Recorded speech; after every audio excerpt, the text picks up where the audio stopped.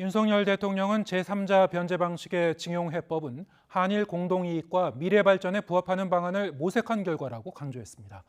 윤 대통령은 이르면 다음 주에 일본을 방문해 한일 정상회담을 여는 방안을 조율하고 있습니다. 조은지 기자의 보도입니다.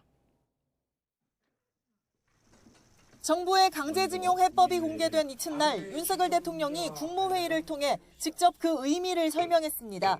윤 대통령은 한일 간 미래지향적 협력은 두 나라는 물론 세계 전체의 자유와 평화, 번영을 지켜줄 게 분명하다고 밝혔습니다.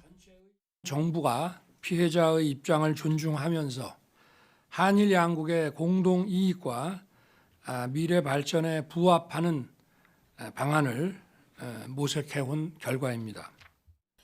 비판 여론을 의식한 듯 해법의 당위성을 에둘러 강조했습니다. 1974년 특별법을 통해 8만 3천여 건에 대해 청구권 자금의 9.7%인 92억 원이 지난 2007년엔 역시 특별법으로 7만 8천여 명에게 6,500억 원을 정부 재정에서 배상했다는 겁니다.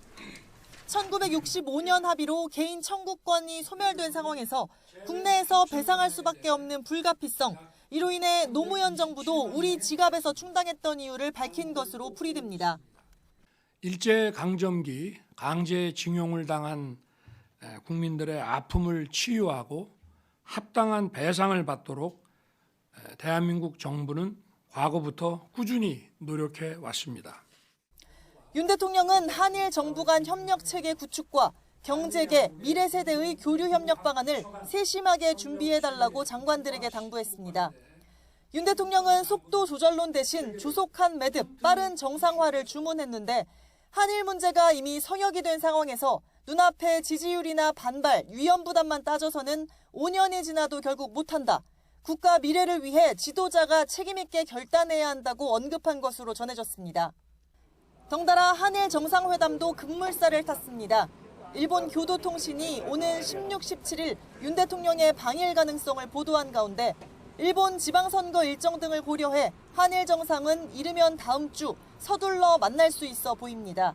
가칭 도쿄 선언을 통해 새 시대, 새 출발을 알리는 방안도 거론됩니다.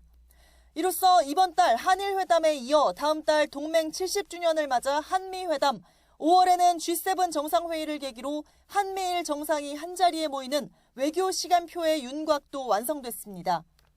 한일 관계 정상화를 물꼬로 한미일이 따로 또 같이 잇따라 만나는 건데 이 삼각 공조 체제를 더 굳건히 하겠다는 것이 윤석열 정부의 강력한 의지입니다.